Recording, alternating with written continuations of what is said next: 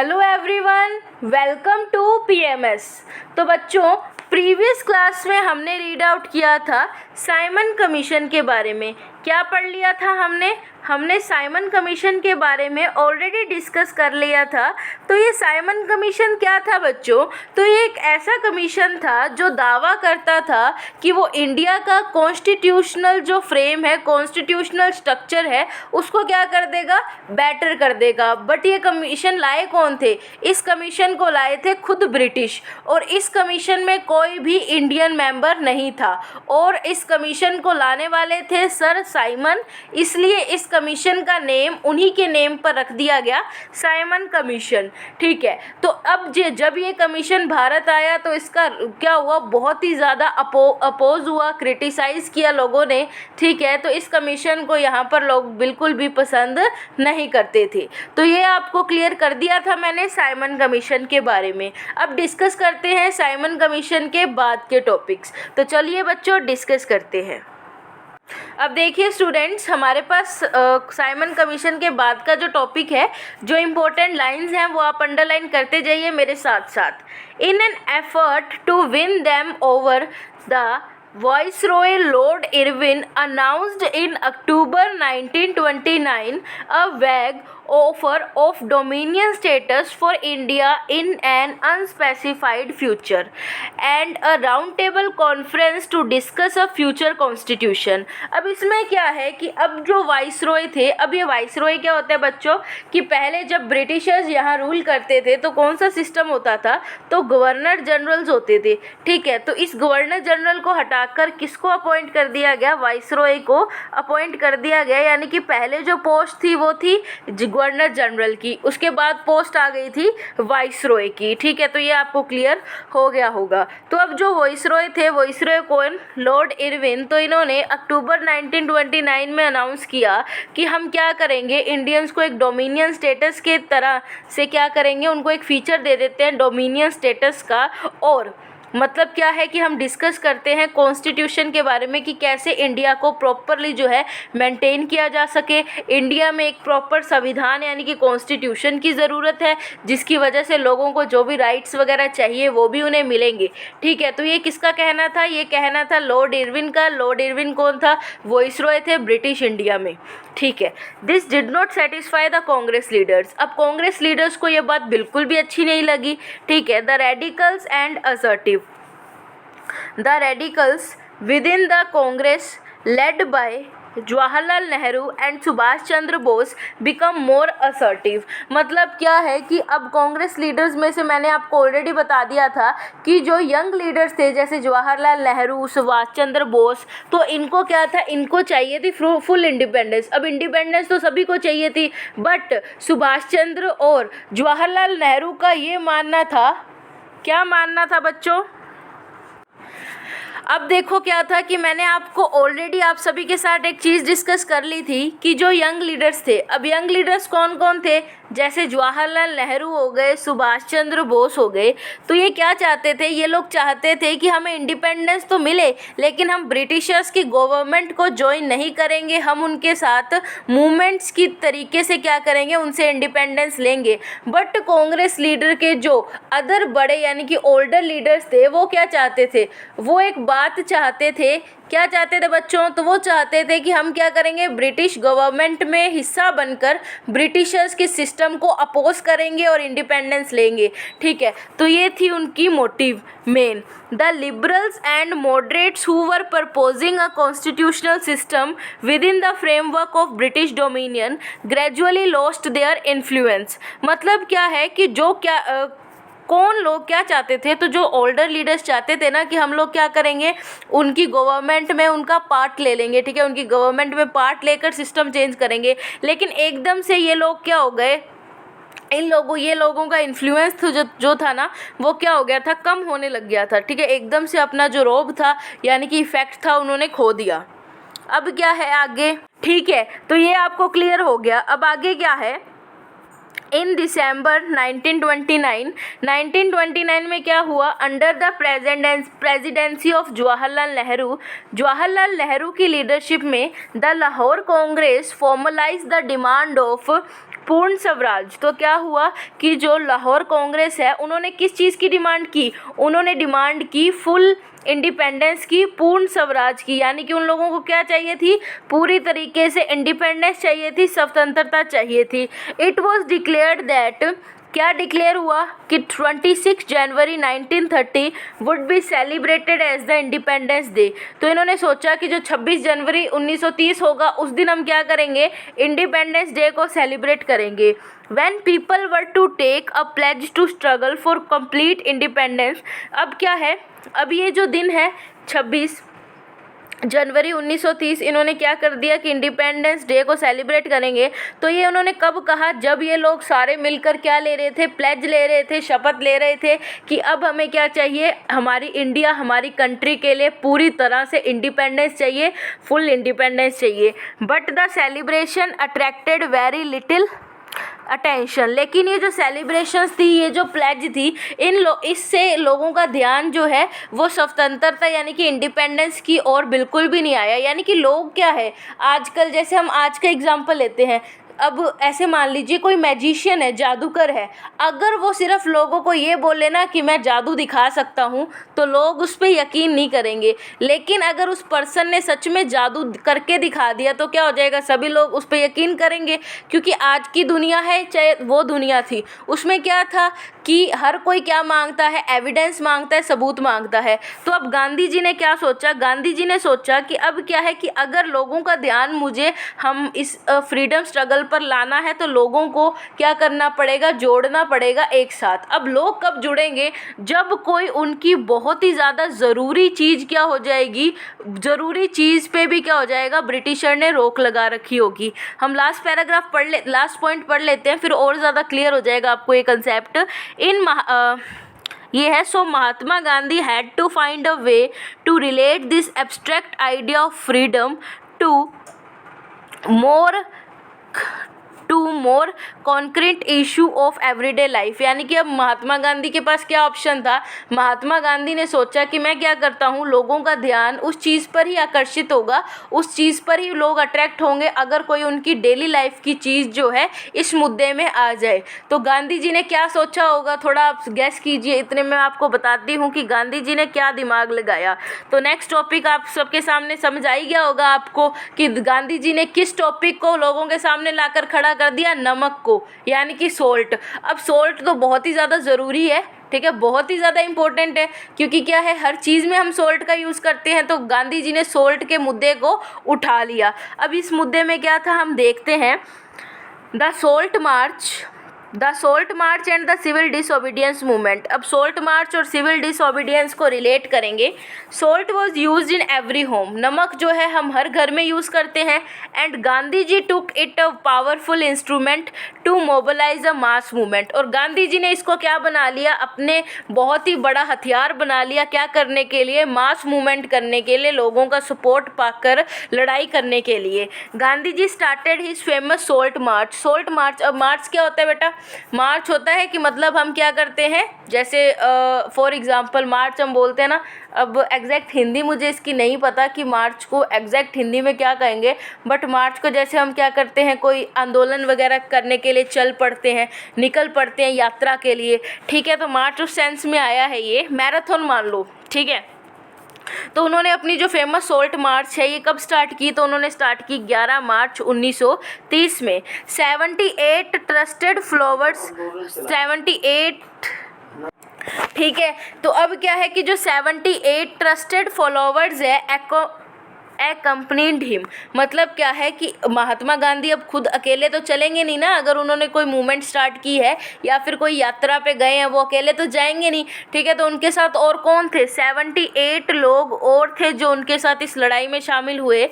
The march was over 240 miles from Gandhi ji ashram in Sabarmati. अब ये जो मार्च स्टार्ट हुई है कहाँ से हुई, तो ये हुई थी गांधी जी के आश्रम से। ये कहाँ पर है, साबरमती में, ठीक है। अब जो वॉलंटियर्स हैं, the volunteers walked for 24 days. अब वॉलंटियर्स यानी कि वॉलंटियर्स गांधी जी के साथ जितने भी लोग हैं वही है वॉलंटियर्स। तो ऑलमोस्ट 24 डेज में इन्होंने क्या कर दिया था, अपनी यात्रा को कंप्लीट कर दिया था। ये यात्रा कहाँ से लेकर कहाँ तक की थी? ये यात्रा थी बच्चों साबरमती से लेकर दांडी तक। ठीक है, साबरमती आश्रम से लेकर दांडी तक। तो ये यात्रा लगभग मान सकते हैं कितने किलोमीटर्स या फिर माइल्स की थी? तो ये थी 240 माइल्स की। 1000 came to here Mahatma Gandhi. बहुत सी भीड़ इकट्ठा हो गई थी महात्मा गांधी की स्पीच सुनने के लिए। Wherever he stopped and he told them what he meant by Swaraj. जहाँ भी गांधी जी विश्राम करने के लिए, रेस्ट करने के लिए रुकते थे, तो वहाँ लोगों को क्या करते थे, गांधी जी मोटिवेट करते थे कि स्वराज का मतलब क्या है, उनके लिए आज़ादी का क्या मतलब है। And urge them to peacefully defy the British. और गांधी जी बाकी लोगों से रिक्वेस्ट करते थे कि क्या करना है, आप सभी को ब्रिटिश को धीरे धीरे अपोज करना है। मतलब ये नहीं है कि आप लोग मारने काटने पर उतर जाओ, आपको क्या करना है, आंदोलन करना है, लेकिन नॉन वॉयलेंस, अहिंसा से आंदोलन करना है, हमें हिंसा नहीं यूज़ करनी। On 6 April he rich Dandi. 6 अप्रैल को गांधी जी और उनकी टीम दांडी में पहुंच गई थी।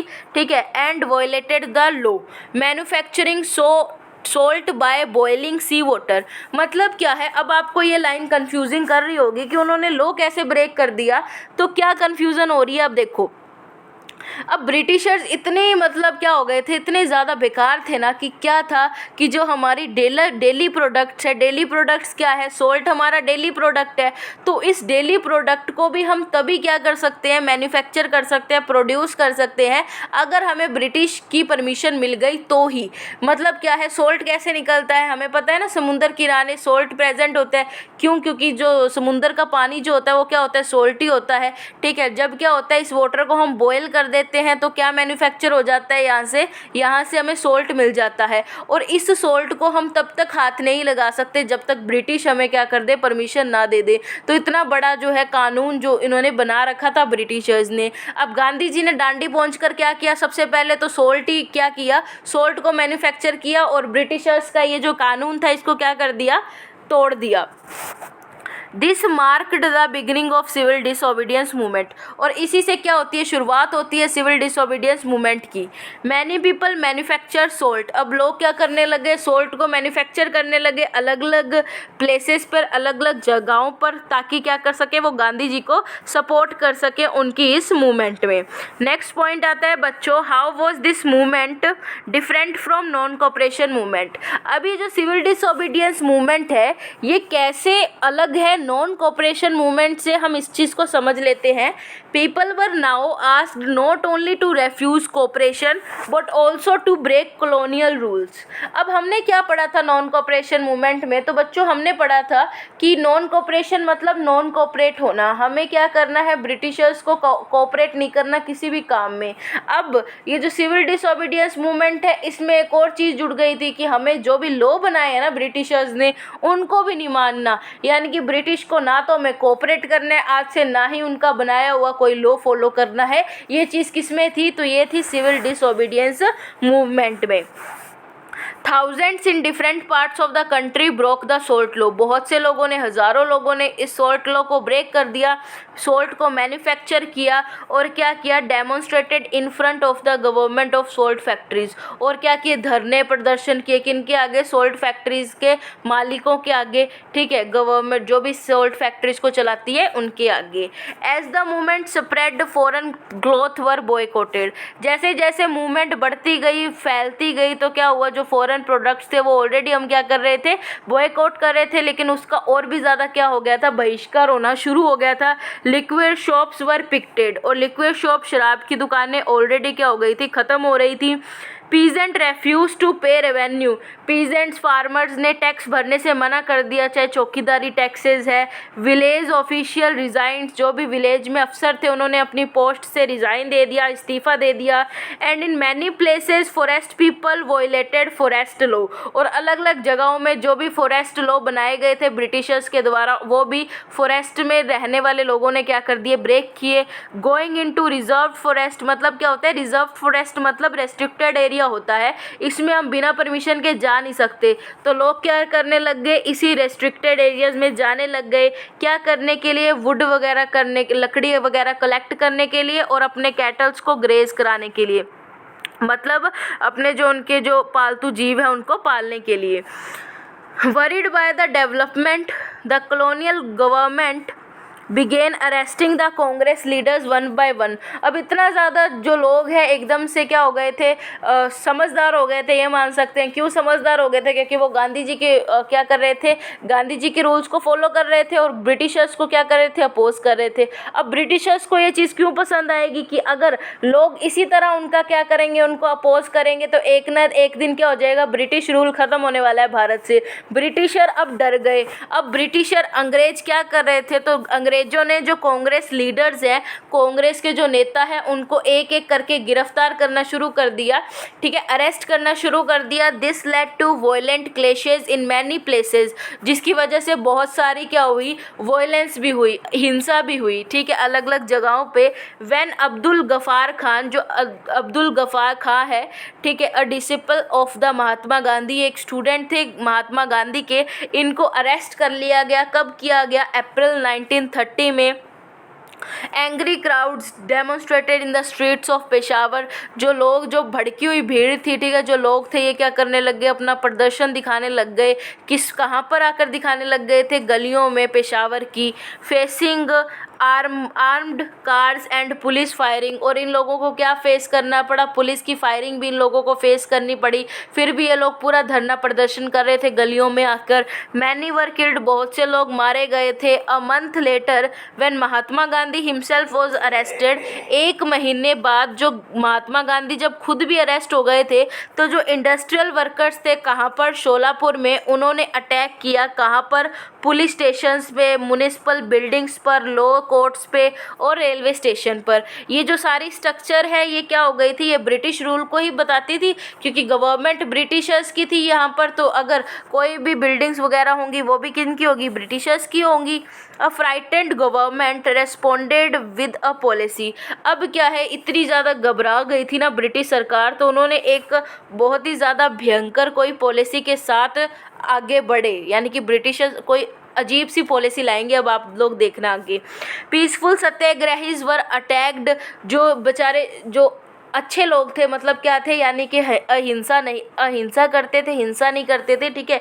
पीसफुल मूवमेंट जो लोग कर रहे थे, मतलब सिर्फ धरना प्रदर्शन कर रहे थे, कोई मार काट नहीं रहे थे किसी को, ठीक है। तो उन पे क्या किया, ब्रिटिशर्स ने अटैक करना शुरू कर दिया वुमेन चिल्ड्रंस पर, उनको मार देते थे, जिसकी वजह से 1 लाख पीपल को क्या कर लिया, और उन्होंने क्या किया था, 1 लाख लोगों को अरेस्ट भी कर लिया था। इन सच अ सिचुएशन, जब इतनी ज़्यादा भयंकर सिचुएशन हो गई, महात्मा गांधी जी ने एक बार फिर से डिसाइड कर लिया कि इस मूवमेंट को मैं यहीं पर ख़त्म कर देता हूं, और महात्मा गांधी जी ने एक पैक्ट साइन कर लिया था, एक संधि में प्रवेश कर लिया था। कौन सी संधि थी? वो थी इरविन गांधी पैक्ट, या फिर गांधी इरविन पैक्ट। और ये कब हुआ था? 5 मार्च 1931।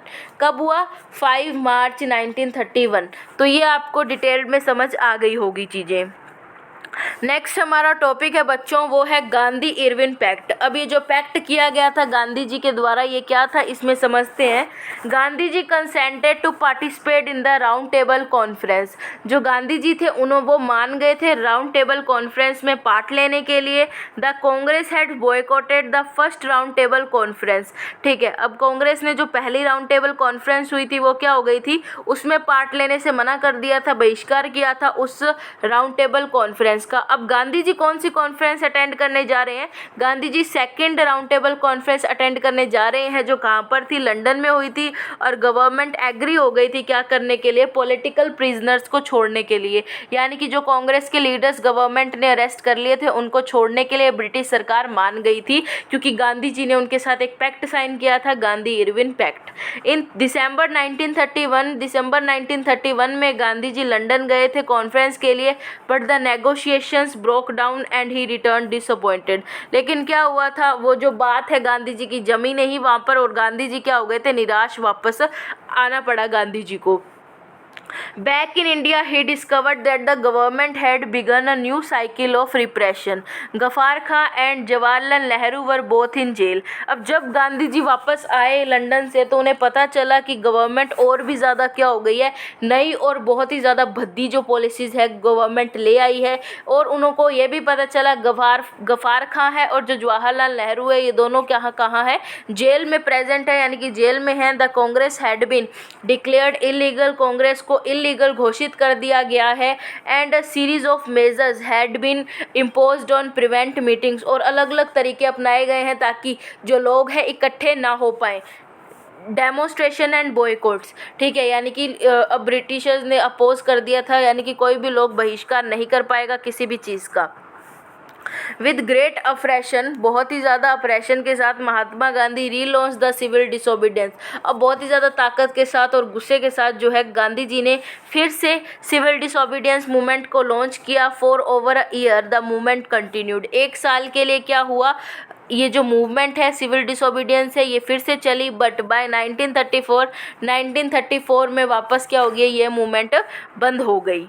ठीक है, तो यहाँ तक आपको जो है चीज़ें क्लियर हो गई होगी। अब हम मूव करते हैं हमारे 3.2 टॉपिक पर, जो है how participants so the movement. अब जो पार्टिसिपेट करने वाले लोग हैं वो मूवमेंट के बारे में क्या सोचते हैं या फिर मूवमेंट को कैसे देखते हैं। रिच पीजेंट्स की बात कर लेते हैं। Rich peasants communities like Patidars of Gujarat और Jat of Uttar Pradesh expected the revenue tax to be reduced when the British refused to do so, they joined the movement। अब जो ये बड़े पीजेंट होते थे, बड़े किसान थे, जैसे जाट हो गए उत्तर प्रदेश के, इन्होंने मूवमेंट क्यों लॉन्च की थी, तो इन्होंने मूवमेंट इसलिए लॉन्च की थी ताकि जो ब्रिटिश सरकार ने इन पे क्या लगा रखा है, बहुत ज़्यादा टैक्स लगा रखा है, उसको क्या कर दिया जाए, कम कर दिया जाए। लेकिन जब ब्रिटिश सरकार इनके जो इसकी डिमांड को मानी नहीं तो इन्होंने क्या कर दिया, मूवमेंट में पार्टिसिपेट कर लिया। They did not rejoin the movement as the movement was called without revising the revenue rates. अब उन्होंने वापस जो है मूवमेंट को लॉन्च नहीं क्या है, मूवमेंट को ज्वाइन नहीं किया। जब उन्हें पता चल गया कि मूवमेंट में क्या है, रेवेन्यू रेट्स के बारे में बिल्कुल भी जिक्र नहीं किया गया। अब बात कर लेते हैं बच्चों पुअर पीजेंट्स की। तो पुअर पीजेंट्स के बारे में क्या था कि they wanted the unpaid rent to the landlord to remitted. The Congress was unwilling to support the no rent campaign due to the fear of upsetting the rich peasants and landlords। अब इसमें क्या है कि they wanted the unpaid rent to the landlord to be remitted. मतलब क्या है कि जो भी अगर पुअर पीजेंट्स ने रेंट नहीं भर रखा तो उसको क्या कर दिया जाए, माफ़ कर दिया जाए। कांग्रेस ने भी क्या किया था, was unwilling to support the non rent campaign. अब वो क्या थे, वो बिल्कुल भी चाहते नहीं थे कांग्रेस लीडर्स कि वो इस नो रेंट की कैंपेन पे क्या कर सके, अपना सपोर्ट दें। क्यों नहीं कांग्रेस वाले सपोर्ट देना चाहते थे इस कैंपेन को, क्योंकि उनको भी डर लग रहा था से, रिच पीजेंट से और लैंडलॉर्ड से। नेक्स्ट क्लास आती है बच्चों बिजनेस क्लास। तो बिजनेस क्लास कौन सी थी, जैसे जीडी बिरला वगैरह जो लोग थे, ठाकुरदार्स वगैरह थे, वो आते थे इसमें। After the world war first there huge profits were reduced. अब क्या था, जो फर्स्ट वर्ल्ड वॉर के बाद सभी को नुकसान हुआ था, ठीक है, तो बिजनेस क्लास वालों को भी हुआ था।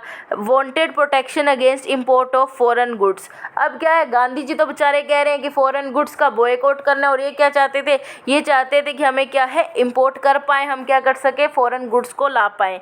The spread of militant activities, worries of prolonged business disruptions, growing influences of socialism amongst the young Congress forced them not to join the movement. अब क्या, जब इन सबको इनको क्या है, अब जो बिज़नेस क्लास है तो उनको सबसे ज़्यादा किस बात से फ़र्क पड़ेगा, तो उनको अपने बिज़नेस से ही मतलब रहेगा ना, और तो उनका आज़ादी का उनके लिए कोई मतलब ही नहीं है। जब उन्हें ऐसे लगा कि हमें जो है आज़ादी मिल ही नहीं रही है, बिज़नेस क्लास वालों को कोई बेनिफिट ही नहीं हो रहा, ठीक है, और डर के मारे उन्होंने भी क्या है, मूवमेंट को ज्वाइन नहीं किया। लास्ट जो हमारी क्लास आती है वो आती है वर्किंग क्लास। अब वर्किंग क्लास में क्या है बच्चों, वुमेन्स आती हैं। वुमेन्स ने भी क्या किया था, प्रोटेस्ट मार्चेस में सपोर्ट किया था, ठीक है, पार्टिसिपेट भी किया था, सोल्ट को मैन्युफैक्चर भी किया था, फॉरेन क्लॉथ और लिक्विड शॉप को बंद करवाने में भी अपना सहयोग दिया था। Congress was reluctant to allow women to hold any position of authority within the organisation. लेकिन कांग्रेस वाले वुमेन्स को आगे बढ़ने नहीं देना चाहते थे। कांग्रेस वाले बिल्कुल नहीं चाहते थे कि कोई भी अच्छी पोजीशन जो है जो महिलाएं हैं उनको मिले। ठीक है, तो ये अब आपको क्लियर हो गया होगा 3.2 पॉइंट। नेक्स्ट पॉइंट है बच्चों the limits of civil disobedience movement. तो अब जो लिमिट्स क्या थी सिविल डिसओबीडियंस मूवमेंट्स की, लिमिट्स का मतलब क्या है, डिसएडवांटेजेस, मतलब मान सकते हैं डीमेरिट। तो डीमेरिट क्या है, देखो, लिमिटेड पार्टिसिपेशन ऑफ दलित। अब जो दलित थे ना, यानी कि लोअर कास्ट कंसीडर की जाती है, उनने बिल्कुल भी पार्टिसिपेट नहीं किया था सिविल डिसओबीडियंस मूवमेंट का, या फिर अगर किया भी था तो बहुत ज़्यादा लिमिटेड अमाउंट में किया था। Particularly in Maharashtra and Nagpur region where their organisation was quite strong. ठीक है, मतलब बहुत ज़्यादा कम पार्ट थे ऐसे जहाँ से जो है दलित ने पार्टिसिपेट किया हो सिविल डिसओबीडियंस मूवमेंट में। मुसलमानों का कोई भी पार्टिसिपेट नहीं था इस मूवमेंट में। Some of the Muslim political organizations in India were also lukewarm in their response to civil disobedience movement। जो ऑलरेडी इंडिया में कुछ ऑर्गेनाइजेशन थी मुस्लिम्स की, वो भी बहुत ज़्यादा धीरे थे पार्टिसिपेट करने के लिए इस मूवमेंट में। आफ्टर द नॉन कॉपरेशन के बाद Khilafat movement Muslim felt alienated from the Congress. अब क्या है, गुस्सा थे कौन लोग, मुस्लिम लोग, किनसे, कांग्रेस से, यानी कि ज़्यादा पसंद नहीं करते थे मुस्लिम ऑर्गेनाइजेशन है कांग्रेस लीडर्स को। नेक्स्ट पॉइंट आता है dominant role of Sanatanis and Hindu Mahasabha. अब ये भी जो लोग थे ये क्या थे, इनका ज़्यादा रोल नहीं था। ठीक है, the role of Sanatanis and Hindu Mahasabha was very dominant due to the fear of Sanatanis the conservative high class Hindus Congress ignored the Dalits. मतलब क्या है कि इन लोगों की क्या प्रॉब्लम्स थी, जो भी ये कम्युनिटीज़ के नेम आए हैं, इनकी प्रॉब्लम्स थी डिस्क्रिमिनेशन। ये क्या है, ये नहीं चाहते थे, क्या नहीं चाहते थे, ये नहीं चाहते थे कि दलित लोग हैं हमारे साथ ही इस मूवमेंट में पार्टिसिपेट करें। ठीक है, इनकी खुद की प्रॉब्लम्स की वजह से जो था इनका जो पार्टिसिपेशन था वो इतना ज़्यादा नहीं था किसमें, सिविल डिसओबीडियंस मूवमेंट में। क्योंकि क्या है, ये जो ग्रुप्स आए हैं ना, ये अपना रोल जो है ज़्यादा दिखाना चाहते थे। ठीक है, अब ज़्यादा अगर किसी को रोल दे देंगे तो बाकी लोग क्या करेंगे। ठीक है, अगर हम ज़्यादा इंपॉर्टेंस किसी चीज़ को दे देते हैं बच्चों, तो जो बाकी चीज़ें हैं वो इग्नोर हो जाती है ना। तो इसलिए इनका भी इतना कुछ खास जो है इन्होंने सपोर्ट नहीं किया। ठीक है, क्योंकि ये क्या चाहते थे, क्योंकि इनको चाहिए था एक डोमिनेंट रोल, यानी कि बहुत ही ज़्यादा मतलब फोकस कैमरा में ये लोग होना चाहते थे। ठीक है, इनकी वजह से जो है दलित ने पार्टिसिपेट नहीं किया, डर की वजह से। नेक्स्ट पॉइंट आता है clash between B R. Ambedkar and Mahatma Gandhi. B R. Ambedkar ji और महात्मा गांधी जी के बीच की लड़ाई भी इस चीज़ का क्या थी, डीमेरिट थी किसकी, सिविल डिसओबीडियंस मूवमेंट की। इन 1930 और जो डॉक्टर बी.आर. अम्बेडकर है ये गांधी जी के साथ क्या कर ली थी, इन्होंने लड़ाई कर ली थी। क्यों, क्योंकि सेकंड राउंड टेबल कॉन्फ्रेंस में इन्होंने क्या किया था, डिमांड की थी कि दलित्स को जो है अलग से क्या मिलना चाहिए, अधिकार मिलना चाहिए, और एक पुनः पैक्ट साइन होना चाहिए किनके बीच में, बी.आर. अम्बेडकर जी के बीच में और गांधी जी के बीच में। Participants have different aspirations. मैंने आपको बताया ना कि सबकी जो है स्वतंत्रता के लिए अपनी एक डेफिनेशन थी। सब कोई खुद के लिए क्या चाहते थे, आज़ादी चाहते थे। वो उनके खुद के मायने थे आज़ाद होने के लिए। जैसे पीजेंट्स है, फार्मर्स है, उनको क्या चाहिए था, उनको आज़ादी इसलिए चाहिए थी ताकि वो अपनी मनपसंद की क्रॉप उगा सके, उनको इंडिको ना उगानी पड़े।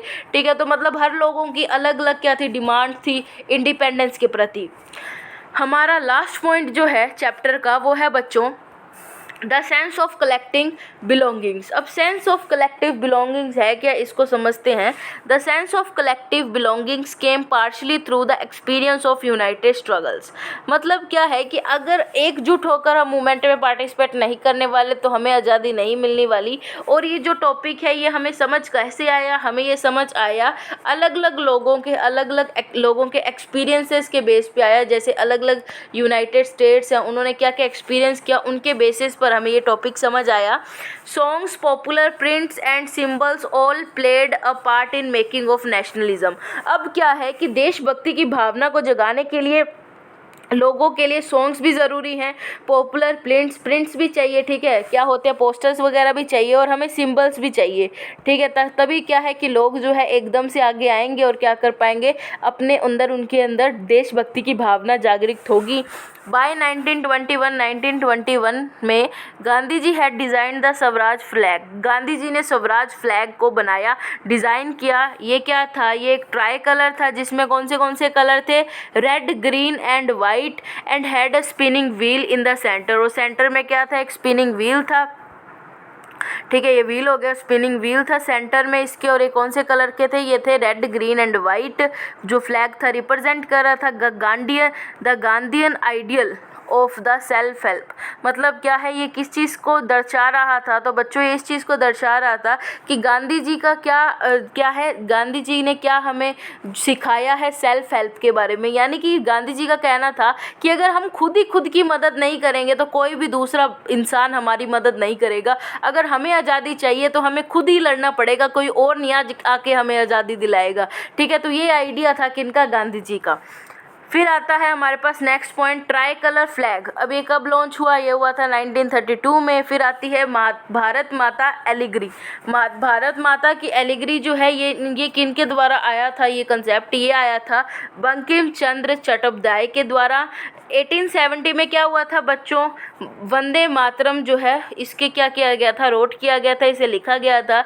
Letter the famous painting of Bharat Mata. अब उसके बाद हमारे पास आई भारत माता की फेमस पेंटिंग किनके द्वारा? अवनींद्र नाथ टैगोर जी के द्वारा। Indian leader also used folk culture, folk tales to develop the feeling of nationalism among people. अब क्या है? मतलब लोग क्या हो गए थे? लोग एकजुट होकर आगे आ रहे थे ताकि कम से कम इंडियंस में नेशनलिज्म, देशभक्ति की भावना को जागरूक किया जाए। हर व्यक्ति जब क्या करेगा? स्वतंत्रता मांगेगा तभी हमें ब्रिटिशर से आज़ादी मिलेगी। अगर कोई एक भी पर्सन नहीं चाहेगा तो हमें आज़ादी नहीं मिल सकती, चाहे हम कितना भी जोर लगा लें। नेक्स्ट पॉइंट आता है बच्चों हमारे पास फोक कल्चर। क्या आता है? Folk culture. अब इसमें क्या है? Ideas of nationalism also developed through a movement to revive Indian folklore. In late 19th century, nationalism began recording folk tales sung by bards, and they told villages to gather folk songs and legends. मतलब क्या है कि अब इस topic को जैसे पढ़ाना इतना वो नहीं है मेरे लिए इम्पोर्टेंट, क्योंकि मेन इसमें ये था कि अब क्या है, सबको पता चल गया था कि अगर हमें ब्रिटिशर से आज़ादी चाहिए तो लोगों में हर चीज़ की डेवलपमेंट होना ज़रूरी है। मतलब अगर हमें लोगों के मन में देशभक्ति की भावना चाहिए तो हमें फ्लोक सॉन्ग्स वगैरह भी उनके मन में क्या है जागरूक करने पड़ेंगे। ट्रेडिशनल कल्चर्स क्या थे जो अभी तक करप्ट हो चुके थे, हमें उसको क्या है जगाना पड़ेगा। जैसे क्या हुआ था कि बंगाल में जो रविंद्रनाथ टैगोर है उन्होंने क्या किया था, खुद क्या करने लगे थे, वो नर्सरी राइम्स मिथ्स वगैरह कलेक्ट कर रहे थे ताकि क्या कर सकें वो मूवमेंट में इस चीज़ का यूज़ कर सकें, ताकि जो है लोग हारे ना, टूटे ना, वो एकजुट होकर क्या कर सके हमें स्वतंत्रता दिलाने के लिए आगे आ सके। मद्रास में क्या हुआ था, जो नतेशा शास्त्री हैं इन्होंने एक 4 वॉल्यूम कलेक्शन क्या किया था, पब्लिश किया था, किस पे, तमिल फोक टेल्स पर। इसका नेम है the folklore of southern India. तो मतलब सबने क्या है अपना अपना रोल प्ले किया फोक कल्चर को इंडिया में प्रिवेल करवाने के लिए, लोगों में नेशनलिज्म की भावना को जगाने के लिए।